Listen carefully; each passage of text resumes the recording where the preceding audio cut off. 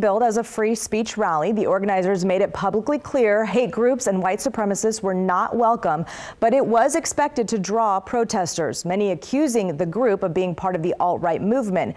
And the group says that is a misconception and one of the reasons they decided to call the whole thing off. We were at Crissy Field in San Francisco today looking at security measures being put in place for the rally. Chain link fences put up to separate protesters and prevent violence. Police saying their job was to keep both sides safe.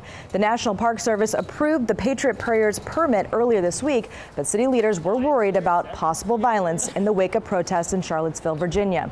The leader of the Patriot Prayer group says that he is also concerned about safety and thinks the way the event was talked about by police and the media would have made the group a target. After, several conversations with the police and understanding, the situation and what's going on, we've decided that tomorrow really seems like a setup. It doesn't seem safe. A lot of people's lives are going to be in danger tomorrow.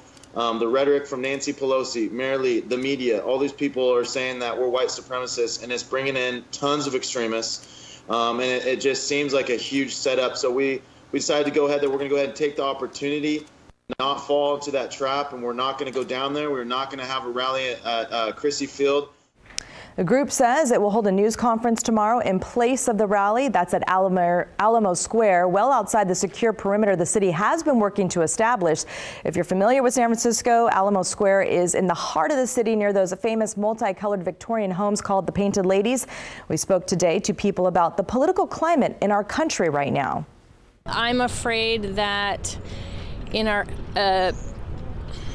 everybody wants to be heard.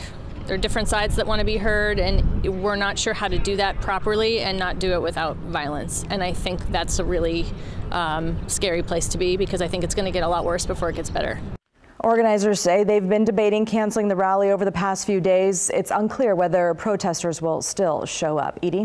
Lisa, thank you. And meanwhile, the organizer of a rally that was supposed to take place in Berkeley on Sunday is urging people not to attend. In a statement, the organizer of what was billed as an anti-Marxist rally is urging people to stay away, but adds that he himself will attend by himself. The city of Berkeley had already denied a permit for that rally.